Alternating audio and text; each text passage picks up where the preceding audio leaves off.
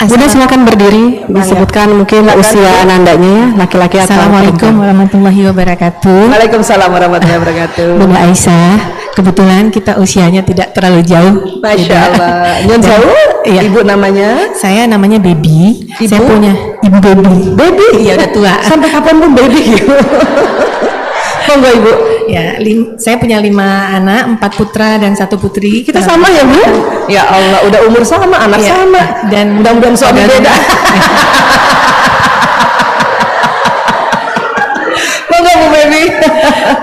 Gimana? Qadarullah, anak-anak lulusan Al-Azhar semua ya. Alhamdulillah, luar biasa. Nah, yang ingin saya tanyakan sebenarnya bukan anak saya yang lagi bersekolah di sini. Kebetulan yang nomor 4 SMA, yang nomor 5 SD. Tapi yang ingin saya tanyakan adalah anak saya nomor 2 yang saat ini berusia 23 tahun. Laki-laki nih? Laki-laki. Oke, baik. Beliau TKSD di Al-Azhar Jakarta, SMP di 115, kemudian SMA-nya MHT boarding school, kemudian lanjut ke ITB dan sekarang sudah bekerja di BSD. Alhamdulillah. Yang ingin saya tanyakan, di antara kelima anak saya ini, hanya anak saya ini yang satu ini yang komunikasinya sulit sekali. Beliau laki-laki ya. Dia lebih pendiam atau lebih pendiam? Oh, okay. Lebih pendiam. Jadi anak 1, 2, 3 itu cowok, nomor 4 wanita, yang kelima laki-laki. Perempuannya di nomor 3 ya? Iya. Nah, jadi yang nomor 2 ini ya susah sekali. Saya sama ayahnya itu sudah mencoba berkomunikasi ya, tapi tetap kurang bisa masuk. Ya, kita udah minta tolong mertua atau ibu saya, kan kakek neneknya juga kurang bisa. Yang saya maksudkan kurang bisa ini adalah bahwa setiap kita mau mengatakan segala sesuatu, dia tidak ada respon, no respon. Jadi, tapi jika dia ada kebutuhan, baru dia mengutarakannya dan kita harus merespon. Jadi hingga sekarang yang menjadi kekhawatiran kami adalah ketika dia sudah bekerja, dia memilih tempat tinggalnya sendiri karena dia sudah bekerja, dia memilih punya tempat. Apa? Punya? Udah bekerja dan punya tempat tinggal sendiri. Punya uang sendiri, punya penghasilan sendiri. Oke, baik. Kami kehilangan alamat rumahnya, jadi saya menghubungi teman-teman SMP. Belum, masih 23 tahun Ibu. Jadi kalau sampai kuliah kan kita masih bisa monitor karena kita yang menyediakan akomodasinya ya. Ketika bekerja dia punya tempat sendiri dan saya sudah menanyakan kepada teman SD, SMP, SMA-nya, kuliahnya bahkan di mana beliau tinggal, anak saya itu, tapi tidak ada yang mau memberitahu karena katanya Farhan melarang, anak saya itu melarang. Amat sangat sedih ya Bunda Aisyah, karena kan ini saat ini begini kondisinya. Iya, sampai saat ini. Oh, dia keluar rumah. Iya.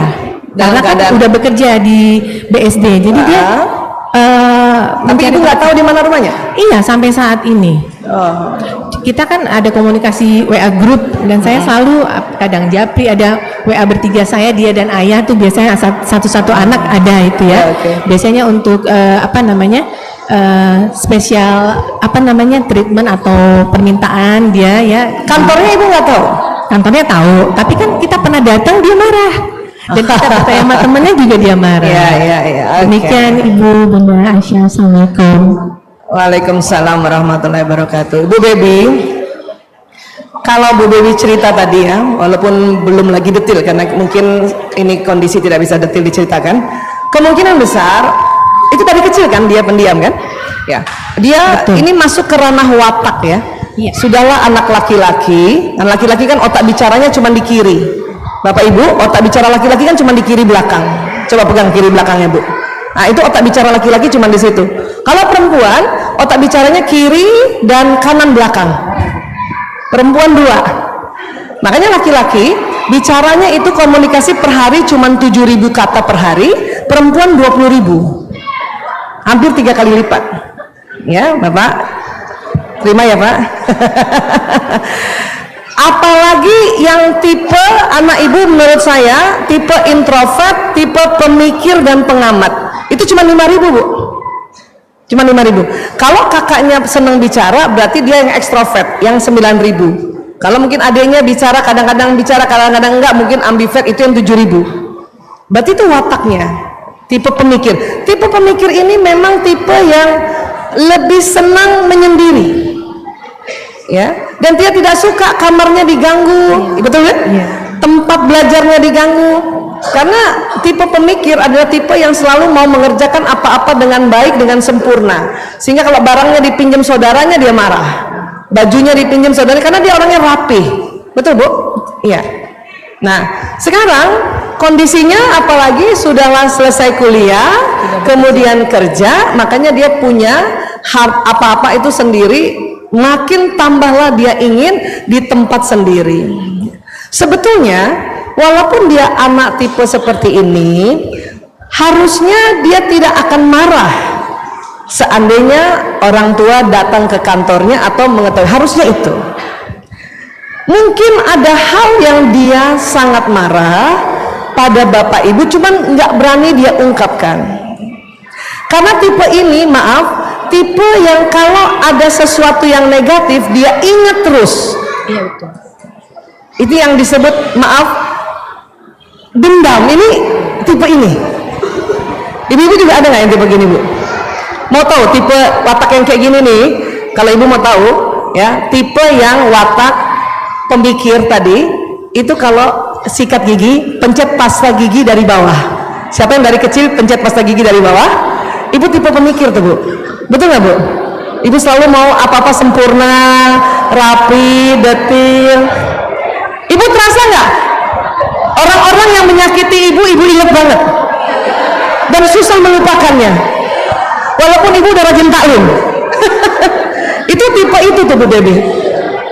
Sekarang yang saya kasih tipsnya adalah ini saja, karena dia sudah besar, susah diajak bicara secara verbal. Ibu, bapak, ibu, ini juga tips buat bapak ibu ya, mungkin karena nggak sempat lagi kita tanya jawab. Tubuh kita secara holistik bukan hanya ada badan kasar saja seperti ini, tetapi ada nur, ada sinyal, ada cahaya. Itu udah Bu Susi ya? Ya, sahabat saya tuh yang tahu saya rockers. Nah, jadi tubuh kita tuh ada sinyalnya. Keluar dari titik-titik pembuluh meridian yang di bawah kulit. Ini sekitar 360 Bu. Dia berputar berlawanan arah jarum jam. Dia bertawaf.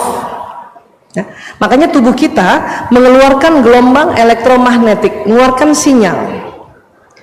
Sinyal ini Bu, yang akan membawa pesan doa, membawa pesan niat, membawa pikiran dan perasaan kita, membawa juga prasangka. Dikala anak ibu, ini buat yang lain juga, karena mungkin sudah mulai besar, sulit diajak verbal komunikasi, maka lakukan komunikasi secara gelombang. Ya, kenapa begitu? Terutama ibu. Karena sinyal anak itu satu provider dengan sinyal ibunya. Itulah makanya mengapa doa ibu itu lebih cepat sampai pada anak, karena sinyal anak sama dengan sinyal ibu. Maka ibu baby, ya, ibu berhenti untuk misalnya sedih, ya, yang terus menerus. Ibu berhenti untuk, ya, kelola dulu perasaan ibu dengan banyak istighfar.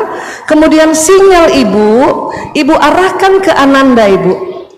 Maka mengapa kalau kita berdoa sebut nama lengkap Fulan bin Fulan, Fulana binti Fulan, agar sinyal ini menuju orang yang kita doakan.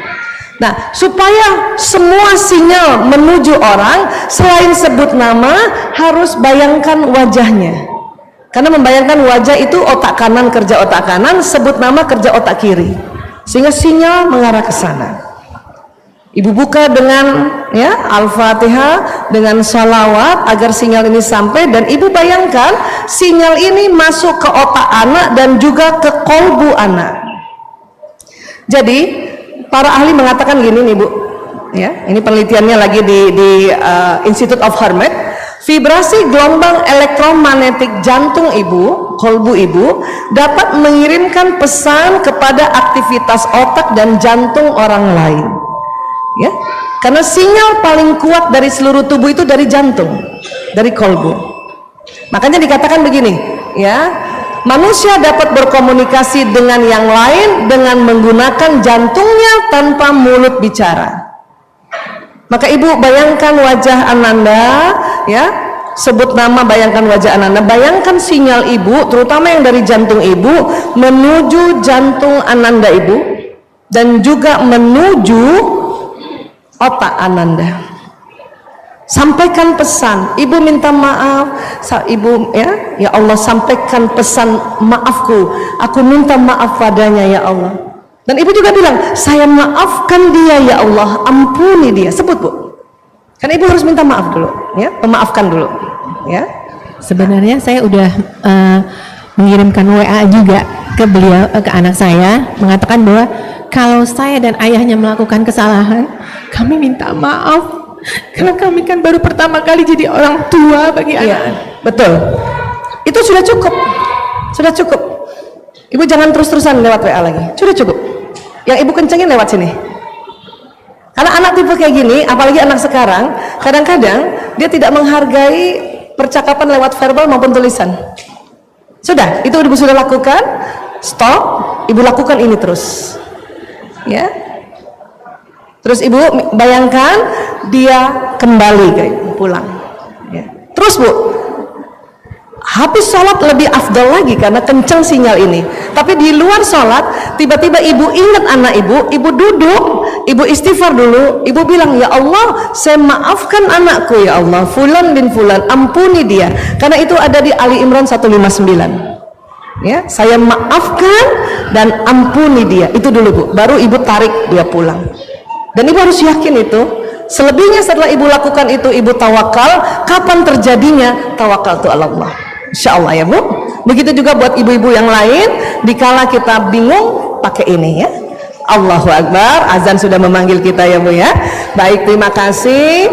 Saya mohon maaf lahir batin. Saya kembalikan kembali ke Bu Yani. Silakan.